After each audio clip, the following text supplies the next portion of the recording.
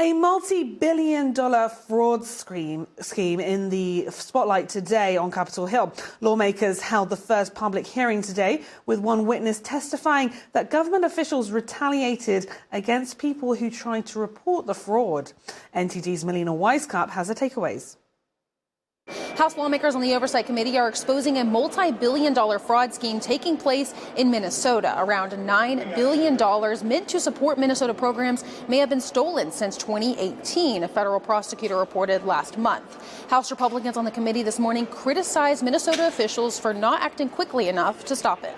Governor Tim Walz, Attorney General Keith Ellison, and Minnesota's Democrat leadership have either been asleep at the wheel or complicit in these crimes. The Childcare fraud scheme was first exposed more than a decade ago, between 2011 and 2013.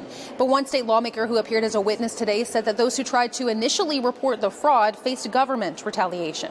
They revealed that retaliation now includes threats of being fired with cause, which means you do not get unemployment insurance in the state of Minnesota, being blacklisted from all state agencies.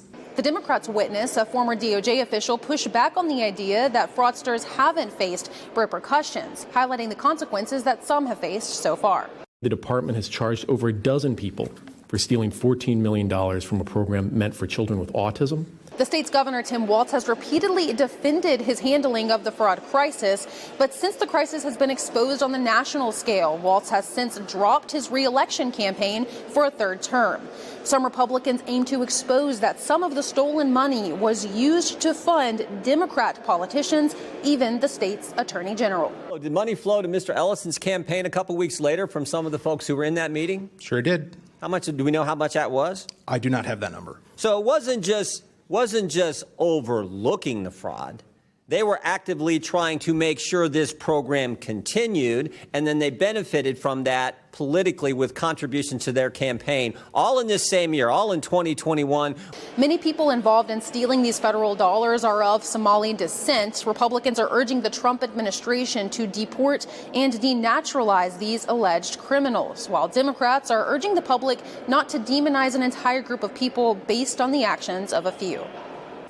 We don't need to make these partisan hearings. Every American has a stake in making sure that they have a receipt for where their tax dollars are going.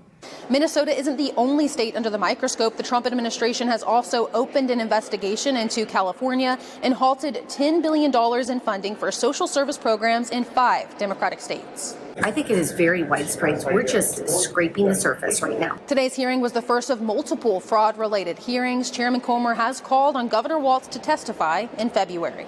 Reporting from Washington, D.C., Melina Weisskopf, NTD News.